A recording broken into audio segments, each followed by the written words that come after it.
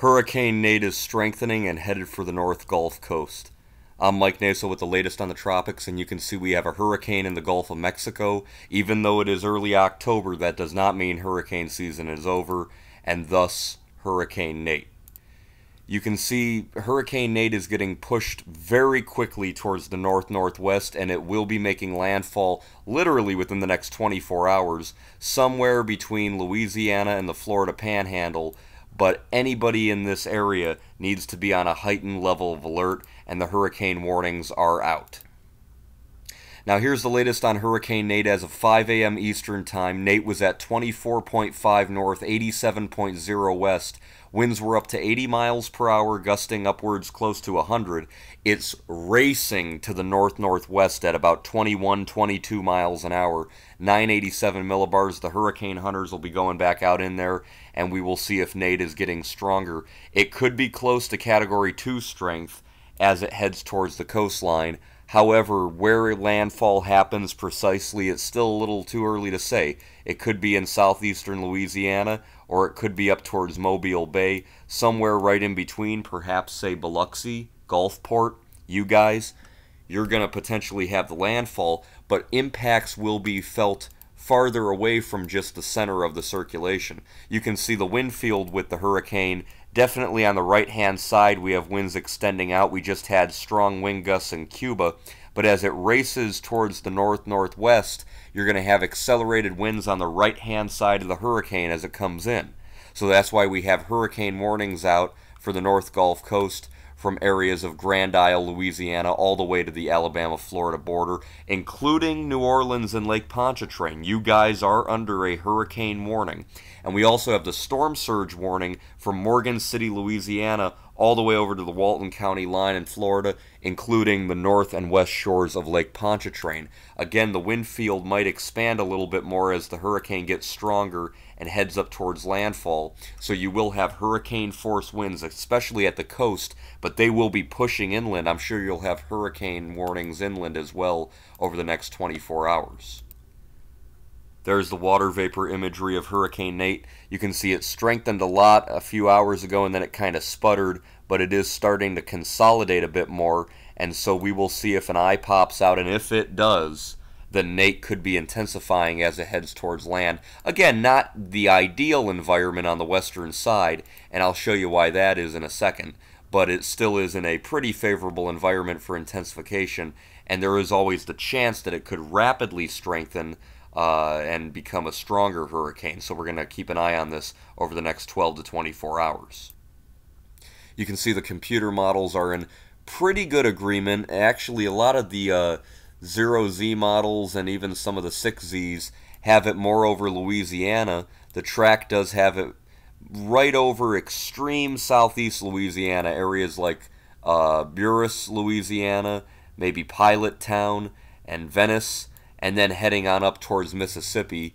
However, it could be a little bit more towards, say, Homa and areas of the southeastern areas of Louisiana. It's still a little too early to pinpoint with the hurricane still way down here in the Gulf. The only weird thing is that it's going to be ashore so quickly. Normally we would have maybe 2 days before it comes ashore, not 24 hours or less. So that window of opportunity for preparedness will close quickly, but we'll also be able to zero in on the precise target pinpoint of landfall.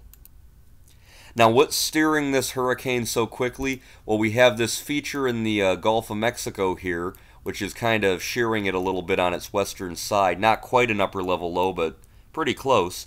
And then we have high pressure in this area here, which has the counterclockwise flow around it, and all of this is allowing Nate just to slingshot right into the North Gulf Coast there very quickly. And that's why instead of talking about, say, a scenario where it would be 1 day, 2 days, 3 days, we're talking about a very, very fast succession. So this is just going to be 1 day, and it's going to be right over the Gulf Coast, which is going to give, as I mentioned, people a lot less time to prepare. Hopefully they've been working on their hurricane supply kit and listening to local officials. I know there are evacuations out, areas of New Orleans and all that, because there is the threat of storm surge with this hurricane as well. potentially up to 6 to 9 feet, and this is if the hurricane remains a Category 1. If it gets stronger than that, then you'll see those values increase dramatically. But you can see all this here, 6 to 9 feet where the reds are. These areas are very, very susceptible to high surges. Areas of Biloxi, Dauphin Island over here, you guys are all susceptible to water rises. So even if it's not even life-threatening water rises, it could cause a lot of problems and a lot of damage. Okay? If you get 3 feet of water in your house, yeah, you might be wearing waders and then watch the water recede, but how much stuff gets destroyed? It's a real mess. So it's not just about the loss of life, it's also about the damage potential. However, obviously, if you're in low-lying areas and you're told to evacuate, do so. There's a better look at what's driving this hurricane. You can see we have the feature down here, and we have the high pressure off towards its east, and this is just squeezing it right up into the Gulf Coast, and at a very quick rate of speed, 22 miles an hour. That's one of the faster ones I've seen. I know Hurricane Lily back in 2002, for those of you watching who weren't old enough to remember, Lily was a Category 2 when it hit Cuba, became a Category 4, and then drastically fell apart to a Category 1 by landfall because it got squeezed and that inner core dissipated very fast. But it still caused a lot of problems up in New Iberia, Abbeville, Lafayette. However, this system is nowhere near as strong as Hurricane Lily was, and so the impacts could be a much different type of storm. Lily was small and weakening quickly. This might be a little bit larger than Lily and perhaps strengthening as it comes in. So we could see more wind getting down to the surface there. Definitely, you can tell the upper level environment here.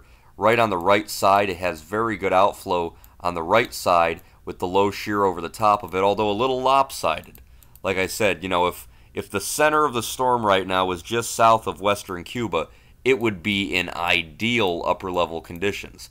However, the actual center of the hurricane is off here in the southeastern Gulf, which is why it's getting a little bit of wind shear, but again, much more favorable than it could have been had it been a little bit more towards the west in the Gulf of Mexico. So that's why we're seeing Nate strengthen this morning. But again, no significant strengthening is expected, we hope, but it is getting better organized, and that's a problem. No rainfall yet, although if you're down near Homa, you guys should see some rain in the next couple of hours. So as you wake up and begin those last-minute preparations or getting out of these low-lying areas, the weather is going to go downhill. You can see outer squalls offshore, and the high surf is going to be a problem too. And remember, tomorrow in a place like Mobile Bay, you guys are going to start to have high tide right around 1:30 in the morning, and if this thing's making landfall around 10, 11 o'clock at night, that's going to be bad news where there's an onshore flow, especially if it comes in to your west and you're on the right side of the hurricane. So if you live in Pensacola, Mobile, Biloxi, Gulfport, New Orleans, you guys need to be on the alert because Hurricane Nate is headed your way. One good news I should add that we're not going to deal with Harvey was the very devastating flooding and slow movement. Nate is going to get out of here fast. However, that does not mean we can't still have 6 to 10 inches of rain, especially over areas of Alabama and then up towards the Ohio and Tennessee valleys later on after the weekend and into the early part of next week. So we're going to watch this hurricane very carefully over the next 24 hours as it makes its move towards the Gulf Coast. Hurricane warnings are in effect. Storm surge warnings are in effect. All systems are go for Hurricane Nate to continue to get better organized and make landfall somewhere from the Louisiana coastline over towards Mobile Bay. Everybody needs to prepare if you're in the warning area, and I'll see you next time.